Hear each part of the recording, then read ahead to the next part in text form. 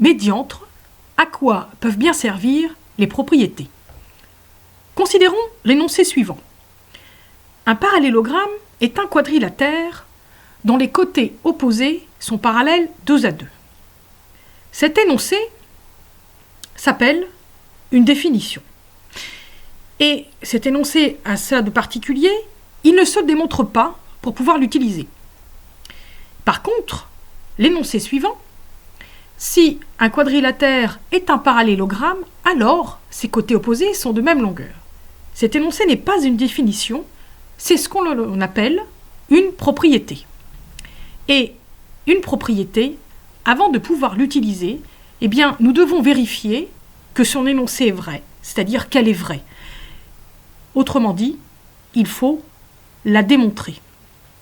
Une fois que cette étape est faite, eh bien, cette propriété peut servir à son tour comme outil pour démontrer d'autres propriétés.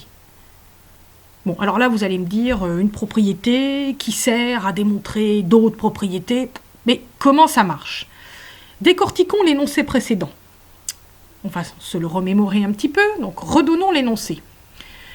C'était « Si un quadrilatère est un parallélogramme, alors ses côtés opposés sont de même longueur. » Il y a 2 mots-clés dans cet énoncé. « Si » et « alors ».